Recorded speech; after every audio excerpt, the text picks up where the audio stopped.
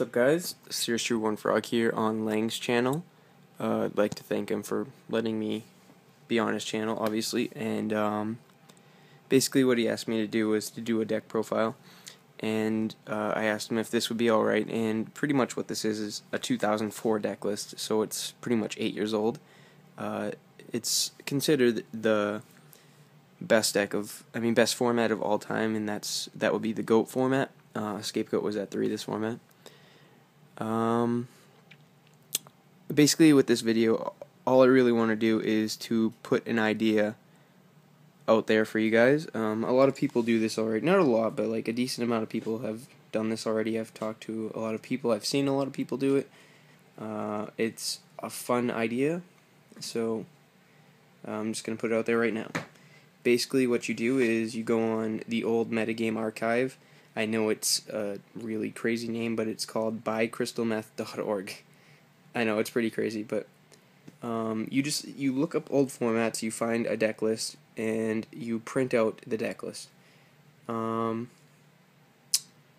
that's pretty much it. You print out the deck list. Okay. Step 1 complete. Step 2, acquire all of the cards for the deck list times 2. And there you go. You have 2 decks from back in the old times, like 2007, 2004, whenever, and you can build 2 and you can duel with them. And what that's gonna do is it's gonna get you away from Yu-Gi-Oh. This format which like compared to old times, for now compared to old times, and Yu-Gi-Oh is just like way different. Right now, very special summon oriented. Like, that's all you're really doing is special summoning. Whereas back in 2004, all you're really doing is normal summoning and setting. It's a lot more simple, but it's still just as complicated in its own different way. So yeah, like, good decks to do this with are obviously the GOAT format deck. I chose Matt Petal's deck from YC, Shonen Jump, Indianapolis, 2004. That's like 7.5 years ago this happened. And it's really cool if you think about it, that people are still building decks from all the way back then, and dueling with them for fun, like pretty much a board game. But yeah, what this can do for you is it can bring new ideas to your head, help you improve as a player almost, because it can give you different,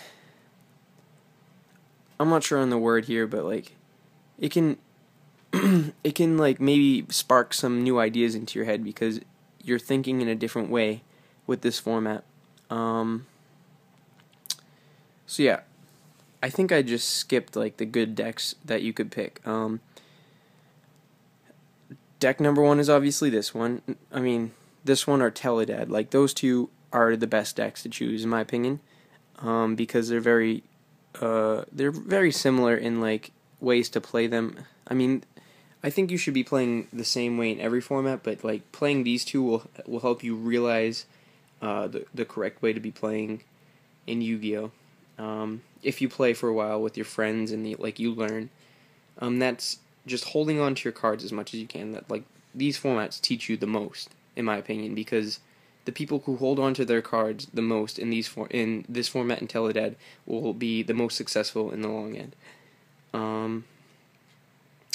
But yeah, you got GOAT format, Teledad, Troop Dupe.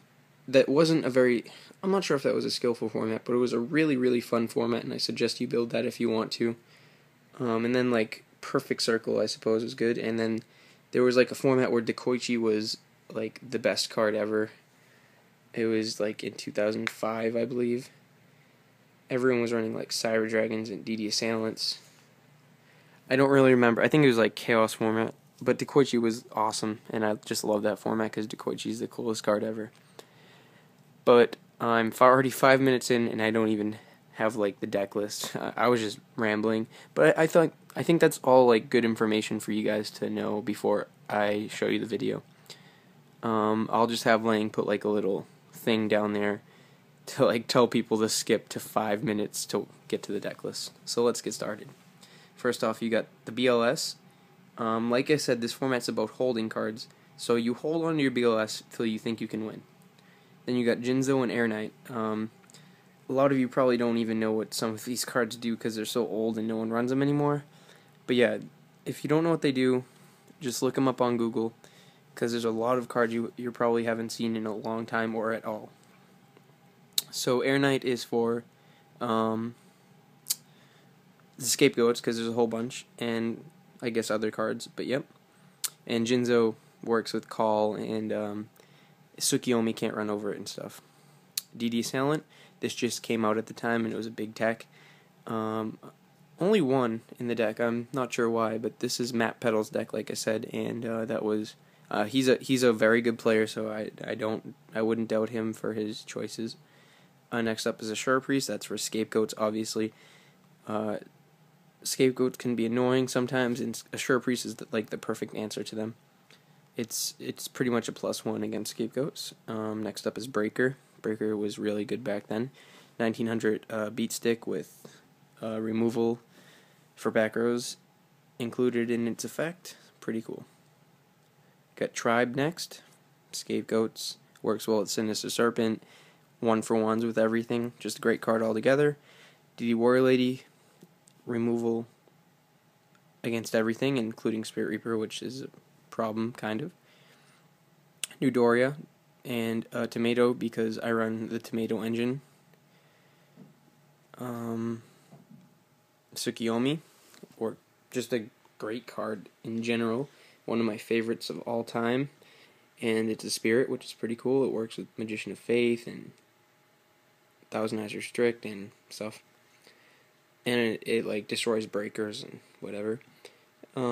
Next up is Sangan for the Tomato engine and Reaper for the Tomato engine, and finally you got 2 Magician of Faith and a Sinister Serpent. One thing I want to point out is with cards like Tomato and Sangan, you didn't usually want to set them because No Man of Crossout was at 3 and a lot of people were running like 2 or 3 copies, so usually normal summoning them was the better play, unless in one instance you wanted to bait out No Mans by setting those cards so you could set your Magician of Fate the following turn and not get it No Manned. Moving on. Snatch Steal, obviously a great card. It works well with Tsukiyomi, and it's good at taking cards like these 3. And of course, there are other options. It can kill Spirit Reapers and stuff. Next up is Heavy and Pot of Greed. These are big pluses in the deck. Next up is Delinquent Duo. Like I said, with holding on to cards in this format, the correct way to use Delinquent Duo would be to wait until your opponent uses cards like Graceful, Tribe. What's the other card? Graceful, Tribe, Lightning Vortex, like cards that discard your opponent's Sinister Serpent to the graveyard. What this does is it makes it so your Delinquent Duo is a guaranteed +1, because if their Sinister Serpent's in the graveyard, that means your Delinquent Duo can't hit their Sinister Serpent, which means it's not going to be a negative, or it's not going to. I think you understand. It's not going to exchange 1-for-1 instead of 1-for-2. Next up is Graceful.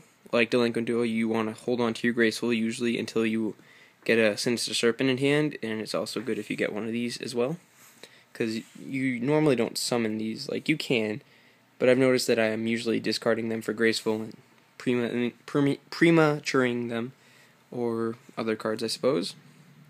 Next up is 3 Scapegoats. They stall and they work well with Metamorphosis, which is mostly for Thousand Eyes Restrict. But it can make some other cool guys, and you contribute your Sangans and stuff to get your search for Sinister Serpent. You can contribute your Jinzo to get all these cool level 6s. Contribute your Air Knight to get Reaper on the Nightmare, which can discard a card from your opponent's hand. It's pretty neat. Lightning Vortex works well with Sinister, and Dark Hole's not out yet, surprisingly. Swords, it lets you do cool loops with Magician of Faith and Tsukiyomi.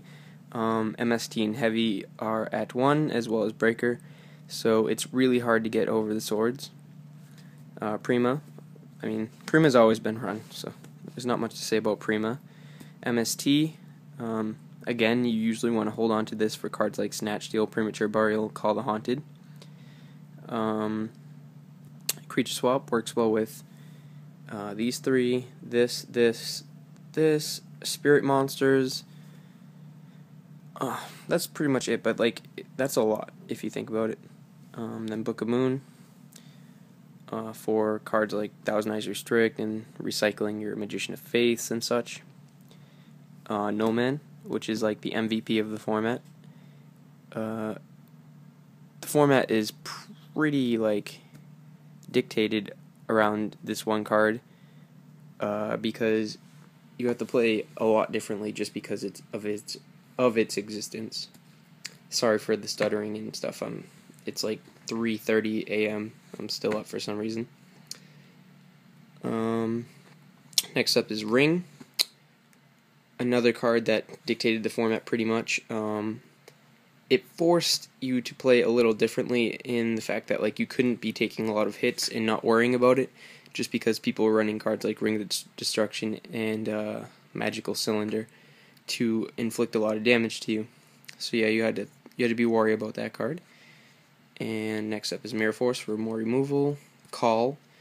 This is another card you wanted to save your MSTs and Dust Tornadoes for, because if you MST their cards or dust their cards blankly or randomly, they can chain their Call or their Scapegoats, and your MST will be a -1 because their Call can get their Sangins and their Jinzos, and if they get Jinzo, Call goes to the grave, Jinzo stays on the field. If they get Sangin, they get their +1 because you wasted your MST for them to search, pretty much.